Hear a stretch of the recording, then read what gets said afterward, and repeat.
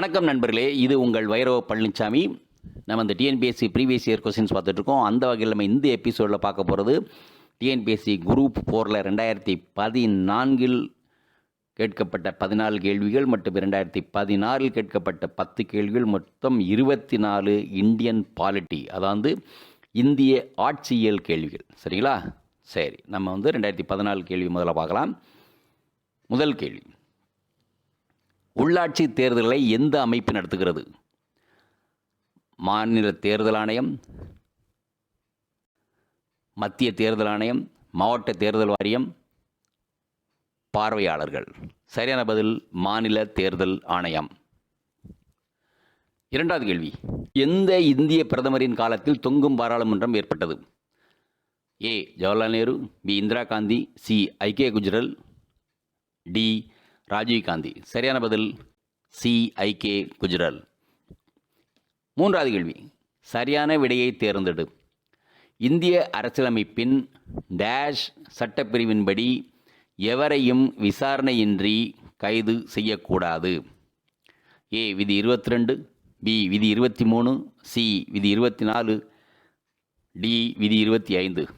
சரியான பதில் ஏ. விதி 22. நான்காவது கேள்வி, அடிப்படை உரிமைகள் இந்திய அரசியலமைப்பில் சேர்க்கப்பட்டுள்ள பகுதி? பகுதி 2, பகுதி 3, பகுதி 1, பகுதி 4. சரியான பதில் பி. பகுதி 3. ஐந்தாவது கேள்வி, உலக வரலாற்றின் சுருக்கங்கள் என்ற நூலை எழுதியவர்? A. Mahatma Gandhi, B. Indira Gandhi, C. Jawaharlal Nehru, D. Rajiv Gandhi. சரியான பதில் சி. ஜவஹர்லால் நேரு. ஆறாவது கேள்வி, 42வது சட்ட திருத்தம் நடைமுறைக்கு வந்த ஆண்டு? ஏ. 1947, பி. 1976, சி. 1967, டி. 1958. சரியான பதில் பி. 1976. ஏழாவது கேள்வி, ஆளுநரை நியமிப்பவர்? ஏ. நீதிபதி, பி. பிரதம மந்திரி, சி. முதலமைச்சர், டி. குடியரசுத் தலைவர். சரியான பதில் டி. குடியரசுத் தலைவர். எட்டாவது கேள்வி, மண் மசோதா மாநிலங்களவை எவ்வளவு காலம் தாமதப்படுத்தலாம்? ஏ. 2 மாதங்கள், பி. 6 வாரங்கள், சி. 30 நாட்கள், டி. 14 நாட்கள். சரியான பதில் டி. 14 நாட்கள். ஒன்பதாவது கேள்வி, எந்த அரசியல் விதி ஜம்மு காஷ்மீருக்கு தனி அரசியலமைப்பை வழங்குகிறது? ஏ. விதி 370, பி. விதி 390, சி. விதி 161, டி. விதி 356. சரியான பதில் ஏ. விதி 370. 10வது கேள்வி, இந்தியாவின் பிரதம அமைச்சர்களின் பதவிக்காலம் அடிப்படையில் வரிசைப்படுத்துக. 1. திரு ஜவஹர்லால் நேரு, 2. திருமதி இந்திரா காந்தி, 3. திரு மொரார்ஜி தேசாய், 4. திரு லால் பகதூர் சாஸ்திரி. சரியான பதில் ஏ. 1, 4, 2, 3. முதலில் ஜவஹர்லால் நேரு, 2வது லால் பகதூர் சாஸ்திரி, 3வது மொரார்ஜி தேசாய், 4வது திருமதி இந்திரா காந்தி. 11வது கேள்வி, சிட்டிசன் என்னும் சொல் எம்மொழியில் பெறப்பட்டது? கிரேக்கம், லத்தீன், ஸ்பானியம், உருது. சரியான பதில் பி. லத்தீன். 12வது கேள்வி, மாவட்ட அளவில் பலதரப்பட்ட பணிபுரியும் பணியாளராக இருப்பவர் யார்? ஏ. மாவட்ட சுகாதார அலுவலர், பி. மாவட்ட தொழிலாளர் அலுவலர், சி. தாசில்தார், டி. மாவட்ட ஆட்சியாளர். சரியான பதில் பி. மாவட்ட தொழிலாளர் அலுவலர். 13வது கேள்வி, கீழ்கண்ட வாக்கியங்களை கவனி.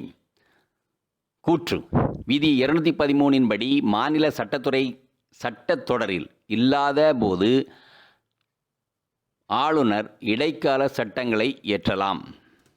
காரணம், 6 மாதங்களுக்குள் அவ்வித இடைக்கால சட்டங்கள் சட்டமன்றத்தின் ஒப்புதலை பெற வேண்டும்.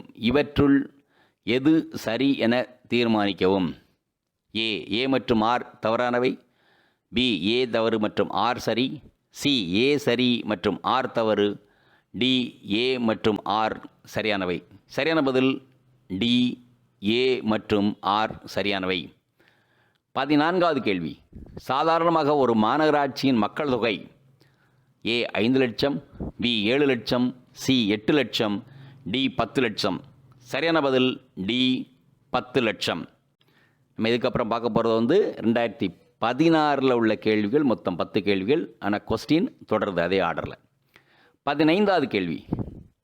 இந்திய அரசியல் அமைப்பு வரைவு குழுவின் தலைவர் A doctor Rajendra Prasad, B Jawaharlal Nehru, C doctor BR. Ambedkar, D Gandhi. சரியான பதில் சி டாக்டர் பி.ஆர். அம்பேத்கர். 16வது கேள்வி. எந்த வருடம் இந்திய அரசியலமைப்பு சட்டம் 61வது திருத்தச் சட்டத்தின்படி வாக்குரிமை 21 வயதிலிருந்து 18ஆக குறைக்கப்பட்டது?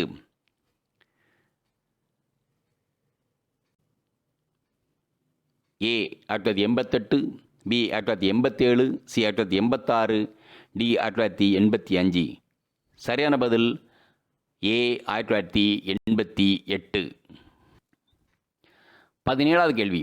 இந்திய அரசியலமைப்பின் சரத்து 63 குறிப்பிடுவது ஏ துணை குடியரசுத் தலைவர், பி குடியரசுத் தலைவர், சி பிரதம மந்திரி, டி ஆளுநர். சரியான பதில் ஏ துணை குடியரசுத் தலைவர். 18வது கேள்வி. நிதி ஆயோக்கின் தலைவர் யார்? ஏ குடியரசுத் தலைவர், பி பிரதம மந்திரி, சி துணை குடியரசுத் தலைவர், டி உச்ச நீதிமன்ற நீதிபதி. சரியான பதில் பி பிரதம மந்திரி. 19வது கேள்வி. ஆட்கொணர் நீதி பேராணை என்பது ஏ சட்டத்திற்கு புறம்பாக கைது செய்வதிலிருந்து மக்களை பாதுகாத்தல், பி விண்ணப்பதாரர்களுக்கு சட்ட உதவி அளித்து பொது சொத்தை பாதுகாத்தல், சி துணை நீதிமன்றங்கள் வரம்பு மீறி செயல்படுவதை தடை செய்தல், டி பொது அலுவலகங்களை ஆக்கிரமிப்பு செய்தலை தடை செய்தல். சரியான பதில் ஏ சட்டத்திற்கு புறம்பாக கைது செய்வதிலிருந்து மக்களை பாதுகாத்தல். 20வது கேள்வி. மாநில அளவில் தேர்தல் நடைமுறையை மேற்பார்வையிடுபவர் ஏ தலைமை தேர்தல் ஆணையர், பி உச்ச நீதிமன்ற நீதிபதி, சி தலைமை தேர்தல் அதிகாரி, டி உயர் நீதிமன்ற நீதிபதி. சரியான பதில் சி தலைமை தேர்தல் அதிகாரி. 21வது கேள்வி. சரியான வாக்கியத்தை கண்டுபிடி. இந்திய அரசியலமைப்பு டேஸை கொண்டுள்ளது. ஏ 22 பாகங்கள், 449 சரத்துகள் மற்றும் 12 அட்டவணைகள், பி 21 பாகங்கள், 438 சரத்துகள் மற்றும் 8 அட்டவணைகள், சி 23 பாகங்கள், 469 சரத்துக்கள் மற்றும் 21 அட்டவணைகள், டி 20 பாகங்கள், 428 சரத்துகள் மற்றும் 18 அட்டவணைகள். சரியான பதில் ஏ 22 பாகங்கள், 449 ஷரத்துக்கள் மற்றும் 12 அட்டவணைகள். 22வது கேள்வி. பின் வருவனவற்றுள் பொருந்தாதது எது? ஏ காந்தியடிகள் படுகொலை ஜனவரி 30, 1948, பி குடியரசு தினம் ஜனவரி 26, 1950, சி சுதந்திர தினம் ஆகஸ்ட் 15, 1947, தேசிய கீதத்தை அரசியல் நிர்ணய சபை ஏற்றுக்கொள்ளுதல் ஜனவரி 23, 1950. சரியான பதில் டி தேசிய கீதத்தை அரசியல் நிர்ணய சபை ஏற்றுக்கொள்ளுதல் ஜனவரி 23, 1950. 23வது கேள்வி. பின் வருவனவற்றுள் எது சரியாக பொருந்தியுள்ளது? குடியரசுத் தலைவர் அரசியலமைப்பின் பாதுகாவலர், பி முதலமைச்சர் ஆளுநரால் நியமிக்கப்படுகிறார், சி உச்சநீதிமன்றம் சிறப்பான அடையாளங்கள், டி தேசிய கீதம் பங்கிம் சந்திர சட்டர்ஜி. சரியான பதில் பி முதலமைச்சர் ஆளுநரால் நியமிக்கப்படுகிறார். 24வது கேள்வி. நுகர்வோர் நீதிமன்றங்கள் டேஷ் அடுக்குகளாக அமைக்கப்பட்டுள்ளன.